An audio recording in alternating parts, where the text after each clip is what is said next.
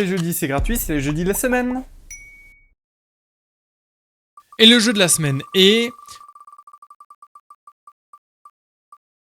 Felix the Reaper. Ok, alors celui-ci va être très court, très rapide, parce que j'ai pas le temps. Je mets directement une note de 7 sur 10 à l'histoire. L'histoire sert le gameplay principalement. C'est un jeu de logique à la troisième personne, on n'a pas forcément besoin de Shakespeare. On joue du coup Félix, un employé au ministère de la Mort qui essaie de retrouver sa copine Betty. Et c'est à peu près la fin du speech.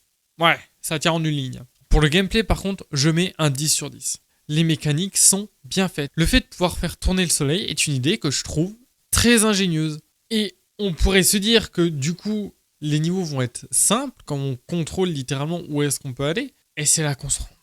Et c'est là que tu te rends compte que les niveaux n'ont qu'une seule manière d'être faits, avec les checkpoints.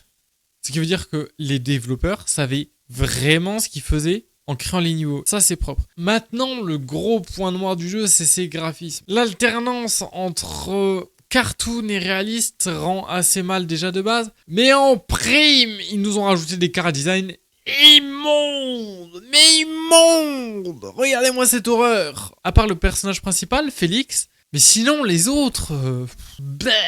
ça dégoûte. Donc, juste pour les chara-design et l'alternance entre graphisme réaliste et graphisme un peu cartoon, je mets un 3. Et ça fait chuter la note globale. Donc pour une note globale de 6.6 quand même, je vous conseille d'y jouer. Parce que ça reste mine de rien un très bon jeu de logique. Et même si vous arrivez après l'offre, pour 10€, bah ça vaut le coup. Sur ce, je vous dis à la revoyure. Ciao, sayonara, bye bye, arrivederci. On se revoit en live.